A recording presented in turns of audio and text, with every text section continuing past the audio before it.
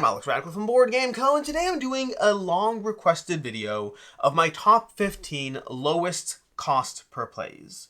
And if you're like, didn't you do that video already? The answer is yes, I did two videos. I did a video of my top 10 highest cost per plays and my top 10 lowest cost per plays. I think they were top 10s, I could be wrong. Today is the top 15, we'll explain more soon. But it's my top 10 lowest and my top 10 highest cost per plays.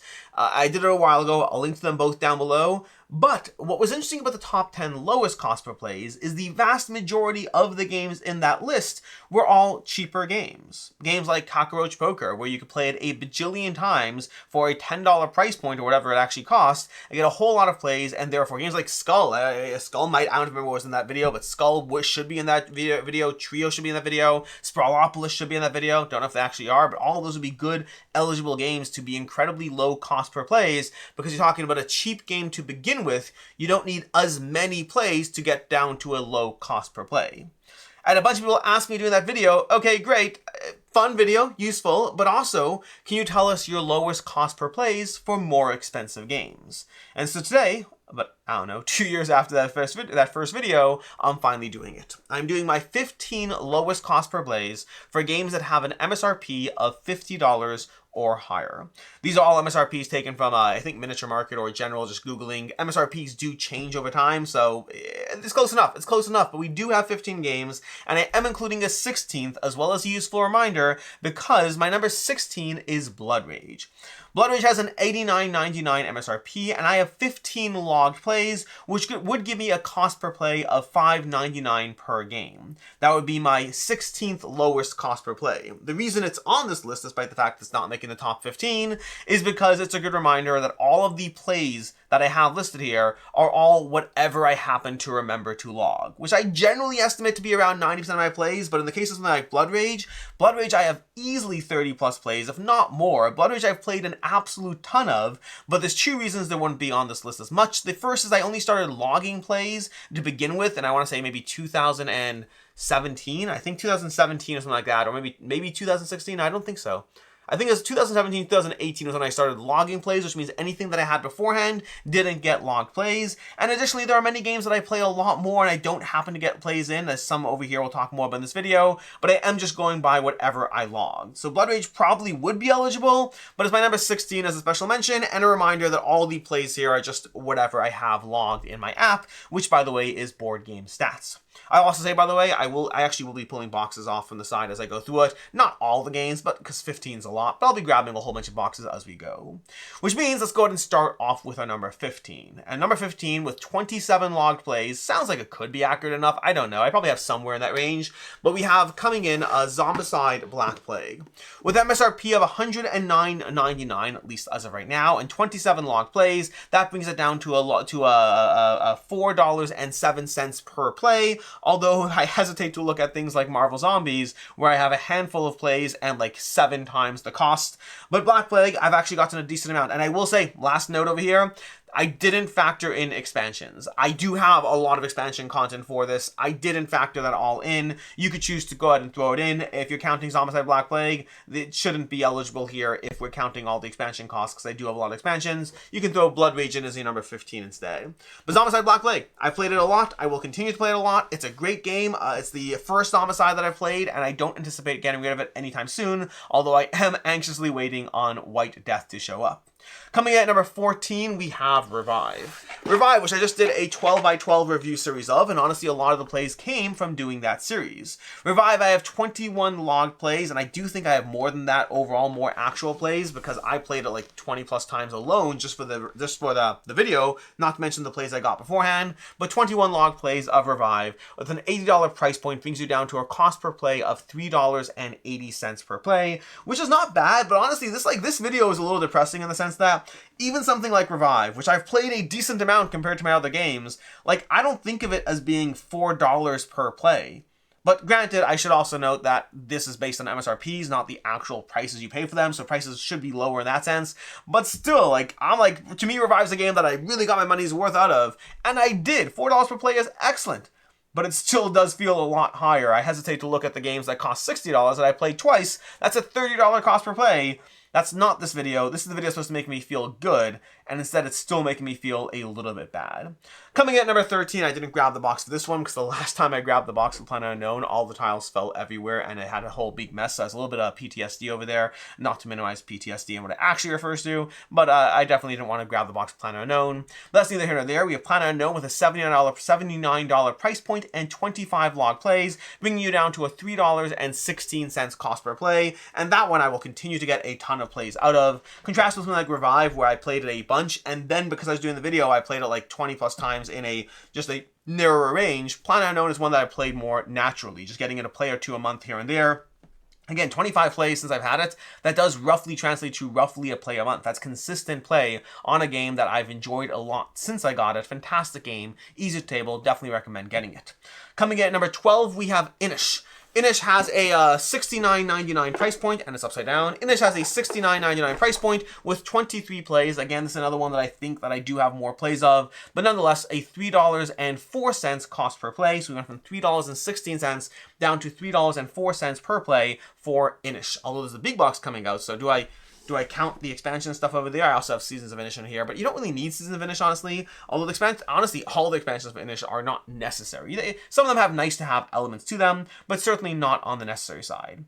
Coming in at number 11, I definitely did not grab this one, but we have Crokinole. Now, Crokinole I put down as a $300 price point. It is a little bit all over the place. There's no official MSRP on this one, but I do have a Tracy board, which is more in that range. So I put down a $300 price point, but I have 104 logged plays of Crokinole. I play Crokinole a lot, which means even with the high price point, it's still coming in at $2.88 per play, which is pretty darn good, all things considered. And again, that's another one where I assume I have more logged plays, because it's so easy to go to a convention, play it 15 times, and not really realize and not log those plays. But Crokinole gets a lot of playtime. I really enjoy it. I think it's excellent, and it's $2.88 per play, which is so worth it. That game is so mentally soothing. Coming in at number 10, we have one that I actually have more plays of this than I thought. Not that high, but I didn't think I played this one that many times, which is Mind Management. Mind Management with a price point of $60 and 21 logged plays, which is not the highest on this list. But some games I look at, I'm like Inish with 23 plays or 25 plays, whatever it was, and I'm like, I played that more. Mind Management, I probably would have guessed that I played it maybe 13, 14 times. Like 21 is nearly twice that number. I would not have thought that, but I assume I didn't just make... Again, it's easy to forget to log something. Logging something that I shouldn't have, that's a little harder to do by mistake. So 21 log plays of Mind Management with a $60 price point brings you down to a $2.85 per play, bringing you down from the $2.88 that Crokinole had. We got $2.85 for Mind Management. Coming in for number 9, we have a $99 price point and a whole lot of log plays. We have 40 log plays of a Feast for Odin at that $9.99 price point, brings you down to just shy of $2.50. That's $2.49 per play. That's pretty good for a game this long that gives you this much choice. I have certainly got my money's worth out of it. Although again, the Feast for the Norwegians. The Norwegians expansion is in here as well. Coming in at number 8, we have one that I definitely assumed would be on this list. Honestly, going into this video, there were only like 3 or 4 that I was like for sure thinking would be on this list, and this is definitely one of them. But we have Cthulhu Death May Die with a $199 price point and 51 log plays. Again, this is one where I believe that I've gotten more plays than that, because I've played through every single scenario in the base game, some of them multiple times. I've gone through nearly everything in Season 2. No, I've got Season 1 and Season 2 is the original stuff, so I went through all of that, although again, MSRPs are higher if you're talking about all that. But then I play, yeah, maybe 51 plays is possible? That might be possible. Because how many scenarios are there? Like in Season 1, Season 2, and all that combined, there's like something like 20 scenarios. So maybe it actually is 51. Again, or close enough. But like either way, 51 plays of Cthulhu Death May Die, $199 price point, brings you down to $2.15 per play. Let's see if we can break under that $2 mark, or if we can even break under that $1 mark. Although spoilers, I know because I put together the list for this. That's our number 8. Coming in at number 7, we have Terraforming Mars. This is another one that I assume would be on the list. We have a $69.95 price point and 49 plays, bringing you down to $1.42 per play. So we did definitely break under that $2 mark. $1.42 per play for Terraforming Mars. Again, counting the base game price point, even though I have more than the base game, which does feel a little bit like cheating, but it does make this video a whole lot simpler to do, as opposed to trying to figure out what I individually paid for it, which would be more accurate, but a lot more work to try to backtrack back. Also, lots of things I pay, lots of these things I traded for, some are review copies, so it's hard to really gauge actual cost based on what I paid, which is why it's easier to do based off MSRP. Coming in at number 6, we have another one that I assume would absolutely be on this list, and not only is it on this list, this is one. So number 6 is the Castles of Burgundy, and here's the thing with Castles of Burgundy, I assumed it would be on this list. Then I looked it up and saw it had a $40 price point, and was like, that's not helpful. So I'm using the Castles of Burgundy, I'm using the price point for the special version of the game, the deluxe version from Awakened Realms, because I wanted to include it in this video. So it's the one time I kind of cheated a little bit and actually used the more expensive version, not really counting expansions, just the more expensive version at $179. And despite that, it's still coming in at number 6 because I've played this 139 times, 139 logged plays, bringing you down to $1.28 per play, and that's not even half the picture. Well, maybe it's half the picture because basically I started logging plays, like I said already, in like 2017, 2018, but I got Castles of Burgundy when I first got into the hobby in 2011, 2012. It's one of the first games I got, so I have a whole bunch of plays under my belt from before it was ever really like being logged. So whatever number I have, 139, I'm assuming that's closer to 200, maybe on the lower side because I definitely played it more as the years went on. So maybe it's closer to like 170, but it's more than the listed number. That's for darn sure because I have like 6 years of playing it without logging it. Coming in number 5 was one that was a surprise to me, but I guess I've played it enough that it does make sense. Although it does come with an asterisk as well, I should note that. But that's going to be, number 5 is going to be Ticket to Ride. At a $59.99 price point and 47 log plays, that brings you down to $1.27, which is so much cheaper than the $1.28 that Castles of Burgundy has.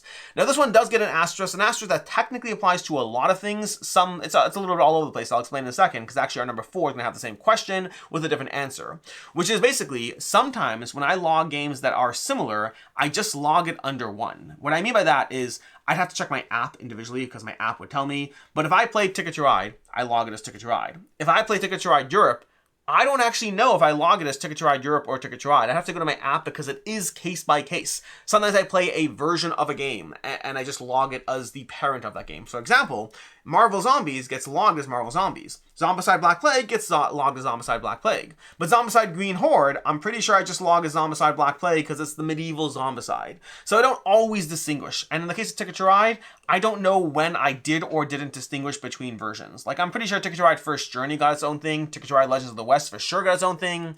But if I play Ticket to Ride Nordic or Ticket to Ride Europe, did I just log it under Ticket to Ride? I don't know. I'd have to go look at my app and tell you. But either way, however I logged it, 47 plays, 4 Ticket to Ride, $69.99 price point, brings you to a $59.99 price point, brings you to $1.27 per play.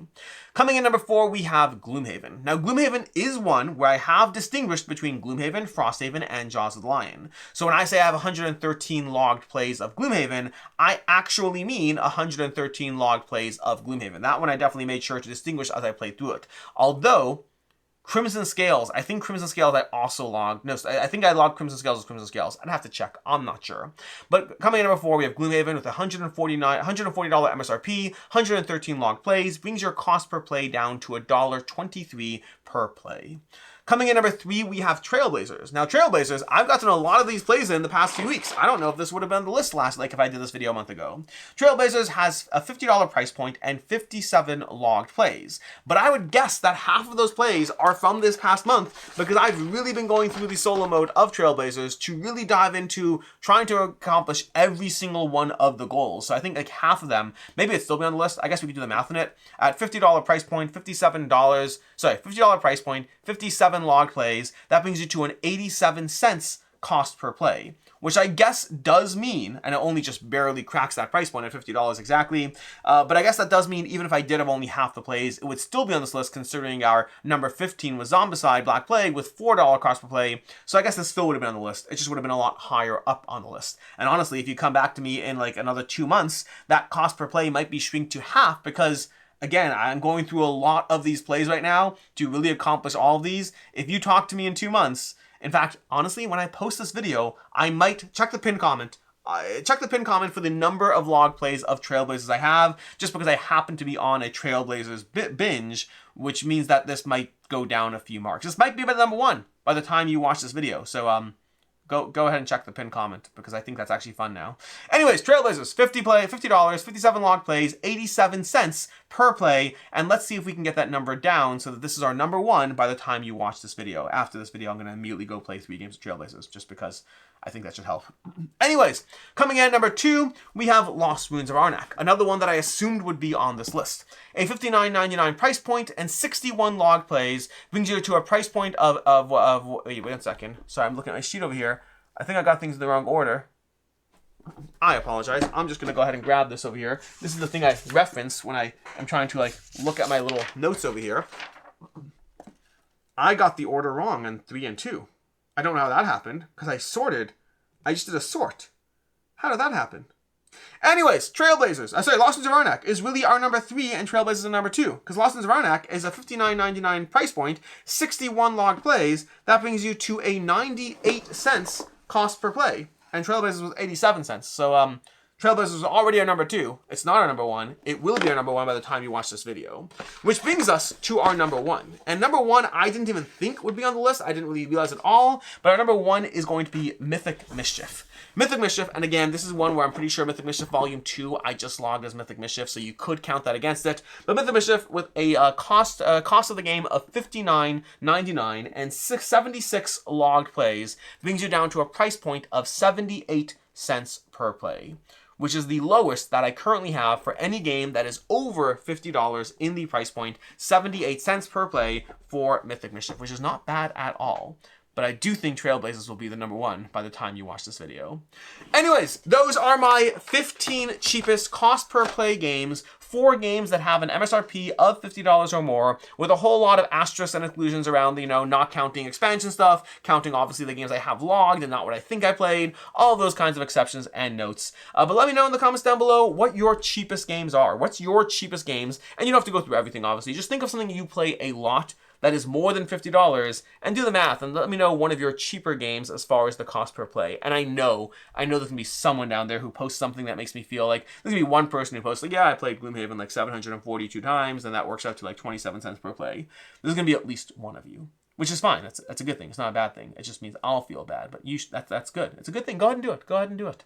In any case, until next time, I'm Alex Radical from Board Game Co. I hope you enjoyed this video, and as always, I hope you have a good one.